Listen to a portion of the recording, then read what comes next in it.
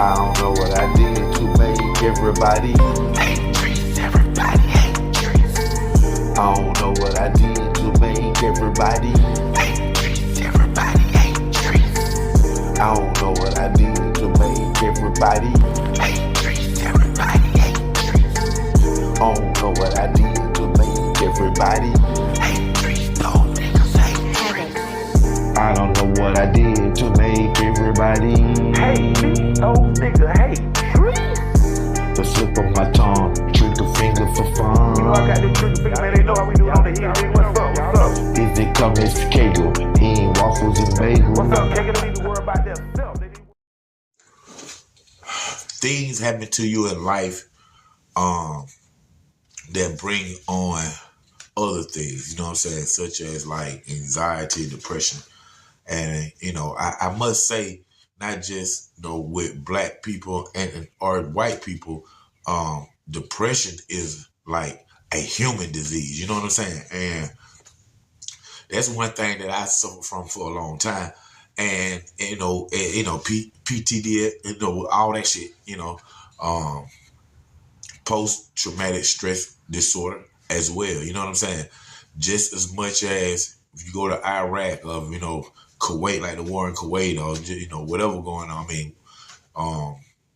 if you go to Iraq, the war in Iraq, Kuwait, Afghanistan, you know, wherever you want to put it, you know, those soldiers that went in there and they come home from seeing all that stuff. There's no different from what we see every day on the streets, you know what I'm saying? So, you know, with that being said, my brother's dead body in my arms, you know, it's not the only body I don't see. I don't see several friends murdered, killed, you know, things of that nature.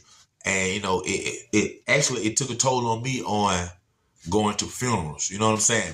I stopped going to funerals, man, because not only, you know, the murders and things that happen in the streets, but, you know, just a regular funeral, a car accident, or somebody died that was close to the family friend, and things of that nature.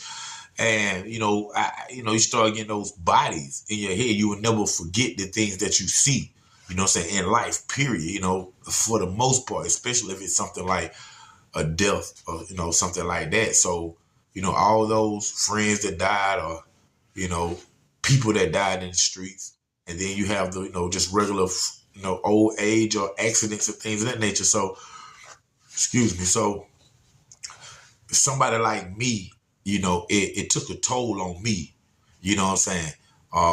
You know, that sadness make you very sad, man. And then, you know, with my brother, you know, I can never not unsee that. You know what I'm saying? I can never not see when his lips start turning chapping purple and his eyes start rolling back his head and things of that nature, man. You know what I'm saying? Just like walking to school one day after, I don't know if these guys from Boston or the Miami boys that came up here. It was a shootout in College Park Projects or whatever. And the next day, just walking to school, man, and me and my friend walking, we look down and I like, look, man, and we look, it's an eyeball. Being real, man, who's looking at you? but no, man, things of that nature, man, you know, you would never unsee these things, man. And, you know, like that depression took a hold of me, I would say maybe in 2000, you know what I'm saying?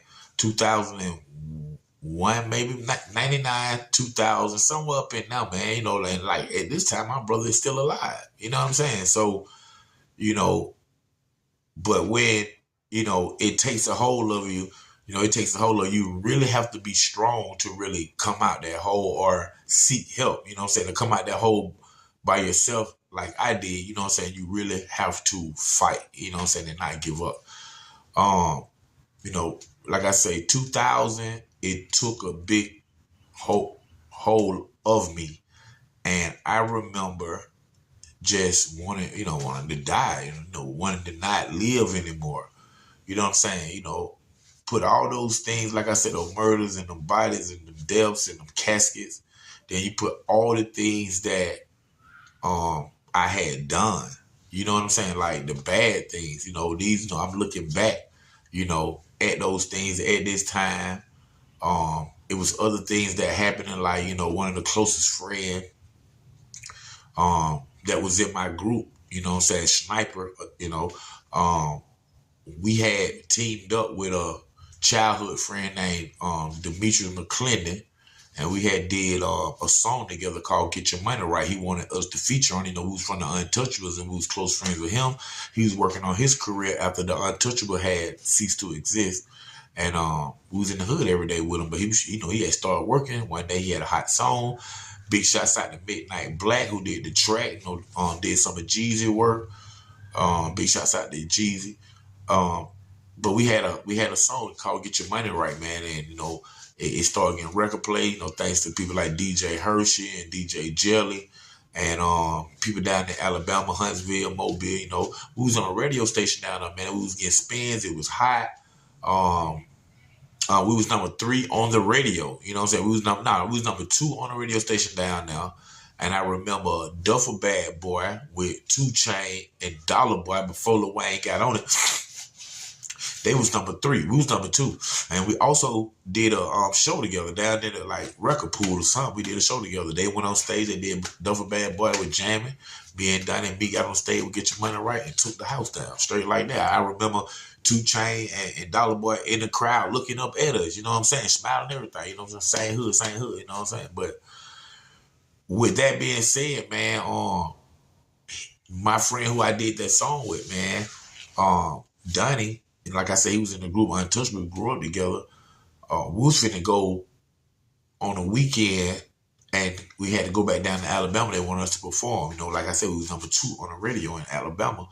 And when it was time for us to go, Donnie wasn't nowhere to be around. Sniper wasn't nowhere to be around. I called him, and why my partner Meat was right there, whose song it was, me and him had to get together, but we couldn't Donnie. We called Donnie. Donnie said he wasn't going, and then Meat, revealed something to me that I would never expect. But he had told me he had seen Donnie the night before. He took him home, and Donnie told him that he wasn't rapping with me anymore. We had been done 2-3 albums together as Untouchables, been rocking 6 kids since then. All of a sudden, he's not doing no music with me no more. And when Demetrius asked him why, he was like, "Man, Cahome's evil. Called me evil." You know what I'm saying? And I taught him the streets. You know what I'm saying? I did. I guess that was a bad thing, but like he had came into the streets, and that was my childhood friend. So I showed him the ways of the street, and all of them wasn't positive ways, of course. But he called me evil. He said he didn't want to do the song with me. He said my family is cursed. And we know, and at this time, my brother is dead. When he said that, he was like, "My family's cursed. That's why his brother dead." Stuff like that, man. So I had went through this big depression ball at one time, man. You know what I'm saying? Thinking things like, what do he know that I don't know about my family? Did his grandmama tell him that my family was cursed? And then I started thinking about things that happened in my family. You know what I'm saying? And I started thinking. I started like believing it, man. I started thinking about my childhood, like, when we be in elementary school or middle school, we have field day. Y'all remember field day? And you either on Nigeria team, one year we do countries, Nigeria, Africa, same thing, but Africa, Europe, however. So then the next year we might just do colors, green team, blue team, red team. Y'all remember field day, And every year, no matter what team I was on, we was lose. You know what I'm saying? Green team, they should lose. Go on a red team, they should lose. Football rec, the team I played for, lose.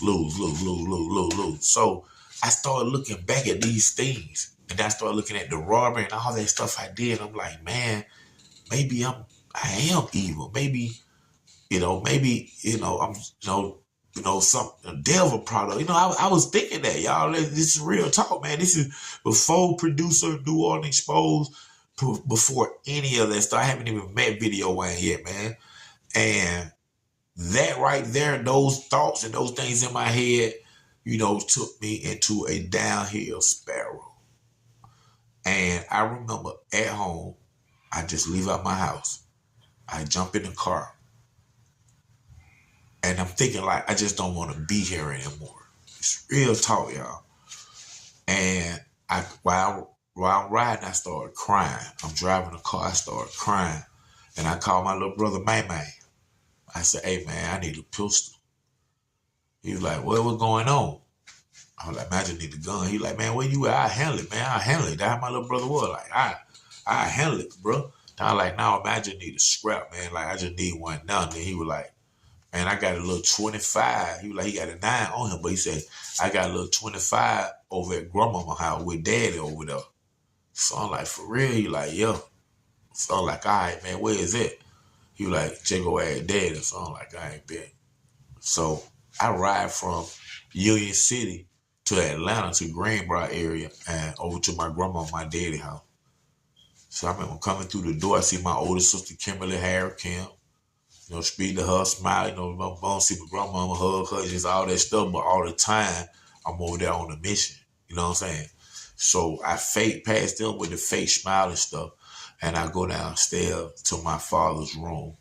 He's coming upstairs. Hey, boy, what's up, boy? Talk to him real quick as we passing each other, though. He's like, I'll be back downstairs to the basement. So I'm like, all right, but I go right in his room. And I never had no intentions on asking him where it was, because I didn't want him to start erasing any questions and stuff, man. So I'm like, man, I'm finna do this. So I just go in the room and I just started searching for the gun. And then I found it. I found a little 25. And then as I sat down on the bed, I remember my sister Kim. She came in there, my oldest sister. She about that life. And she came in there and she just seen me holding the gun. And she could look in my eyes and tell something was right. And she was like, shit, what you finna do? And then I'm like, nothing. And she was like, why you got the gun? Then I just started crying. I don't want to be here no more. Then she was like, I'm finna go tell Dad. And then she leave out. She going upstairs, I hear her screaming, Daddy, Daddy. And I can't hear what she's saying, but I just hear her calling her name.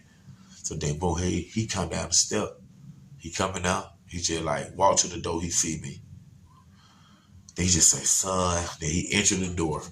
Then I remember him sitting on the bed with me.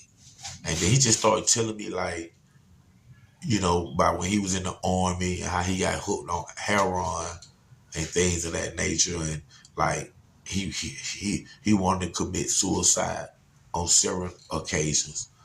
And he said that and at one point he remember cutting his wrist, had to go to the hospital, however, but he was telling me it's gonna be all right no matter what, that Jehovah God don't put no more than you can bear on you, because if he did, you couldn't bear it.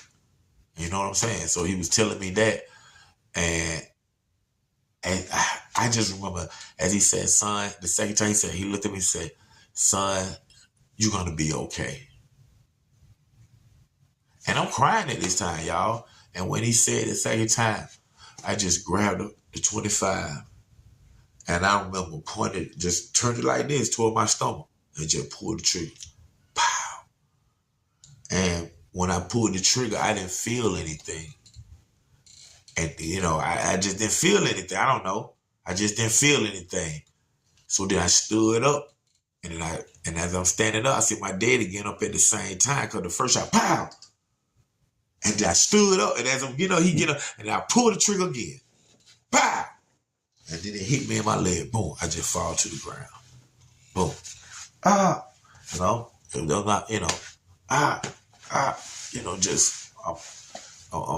thinking, I'm in pain.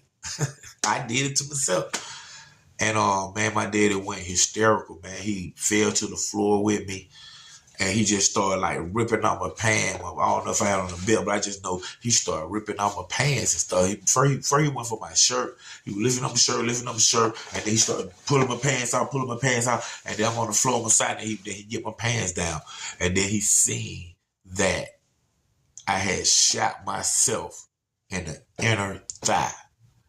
And he was looking for the exit wound. But he seen no exit wound. Then he looked back at the inner thigh and seen where the bullet went in at. And then he just said, man, get up. He was like, man, get up, man. You shot in the leg, boy. Boy, hey, you did it to yourself. Man up. Come on, get up. Get up. Just like that, man. You know, at first, he was kind of thrown off because he thought I had hit myself like in the stomach, in the chest, or like that. But then once my daddy found out that I was wounded in the leg, boy, he was like, boy, gone. Boy, get up. He that never finna say, boy, you finna walk the grade. You finna walk to the hospital. But yeah, he helped me up, man. And I remember going up the steps, and my grandmama she ran to the top of the step, and she see her coming up, and she like, what done happened? What done happened? And he was like, Tree shot himself. And she was like, what? Call the ambulance. And my daddy was like, no, because the house was dirty. You know what I'm saying? Because they did their things in there. And he was like, no, we going to take him. And my grandma was like, no, hell, you not. You finna call him the ambulance right now. Then he was like, no, he's okay. He just shot in the leg. We finna take him. And then she said, the hell with you. And then she grabbed the phone. And when she grabbed the phone, my daddy took it from her. Like, had me on his shoulder, and she grabbed the phone, and he took it with that hand right up. When he took it with that hand right there, I know my grandmama was charging him. And when she charged him, all of us fell. I went to holler about my leg, for real. And she got up. She seen about me looking at my leg and stuff. She grabbed that phone again. She called the ambulance, man. And, of course, I was okay. However, just shot. The crazy thing about that story is once me and my wife, Sarah, had got together, but we was dating at the time, and she had, spent the night with me. And I remember getting out the bed, and I'm finna go to the bed. No, I got out of the bed. I'm finna fix her something to eat. And when I got out of the bed, I just felt something. And when I looked down, y'all, after 5 years, that bullet had made itself through my leg and pushed itself out my leg and was dangling from a hair. When I got out the bed, the bullet was dangling from a hair off my leg. And I pulled I'm like, But I pulled it, and I still got that bullet somewhere in these boxes around, a little plastic thing, man. But I knew it was going to come out because after 2-3 years, I had a little knot right here. One day I woke up or whatever, and I started touching it, and I could feel the bullet, the iron metal part of it, and it was lined up with the shot too. So it was like a little bump, a little boil or something, a rising or something on my leg right here, and it was trying to work itself out. I didn't actually know that it was going to break the skin without me even feeling it. You know what I'm saying? But like I say, man, at the end of the day, all that came from depression, man. And if one thing I can say to y'all out there that suffering with those things and like the post-traumatic stress disorder, man, if it's severe enough where you need to get some help and you're ashamed to get some help, don't be ashamed, get some help. And another thing is, you're not the only one, and you just fight. You know what I'm saying? Don't stop fighting it. Don't stop praying, and don't stop saying, I am better. I am better. I am better. You know what I'm saying? So you do them things, and them things will help you out, man, because they help me out a lot. And it's how you train your mind. You know what I'm saying? I am better. I am rich. When you say rich, it don't mean money all the time. I'm rich. I have a beautiful 8-member family. It's people that can't even have a child. So be grateful for what you have. You know what I'm saying? Thank you for tuning in. This is the OG Black Butt 3700 producer, TV and film producer Dontrece Knox right here live. Underground Source TV. College Pause. Stand up.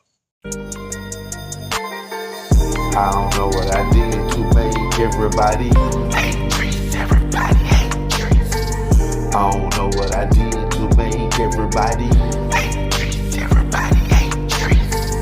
I don't know what I did to make everybody hate Trees. Everybody hate Trees.